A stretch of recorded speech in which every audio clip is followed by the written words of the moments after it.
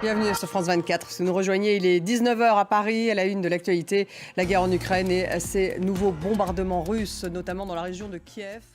Dans 10 minutes, le débat il sera consacré ce soir à la Turquie, à 4 mois de l'élection présidentielle. Et alors qu'Erdogan s'oppose à l'entrée de la Suède dans l'OTAN, se prépare-t-il à un troisième mandat? Quelles sont les forces politiques en présence? Quelles sont ses ambitions sur la scène internationale? On posera toutes ces questions à mes invités, 19 h 10.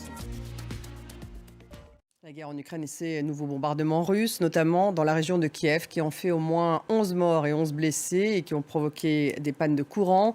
Volodymyr Zelensky, hier, a appelé à fournir les blindés promis par l'Allemagne et les États-Unis le plus vite possible. Antoine Mariotti.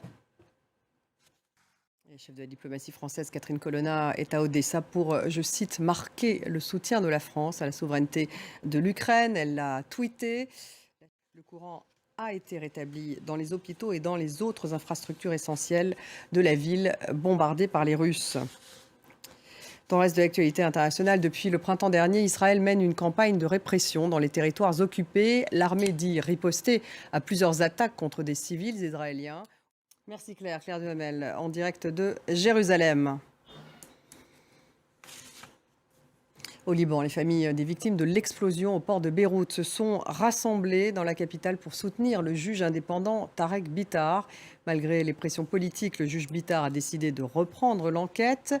Le procureur général a quant à lui décidé de le poursuivre après sa mise en accusation.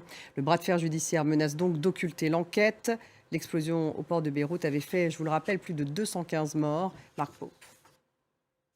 En France, certains n'attendent pas la journée nationale du 31 janvier pour protester contre la réforme des retraites. La grève a repris pendant 48 heures dans les raffineries et les centrales EDF et pour 24 heures dans les ports et les docks. Reportage Maëva Damois pour France Télévisions. Tout de suite le débat. Restez avec nous.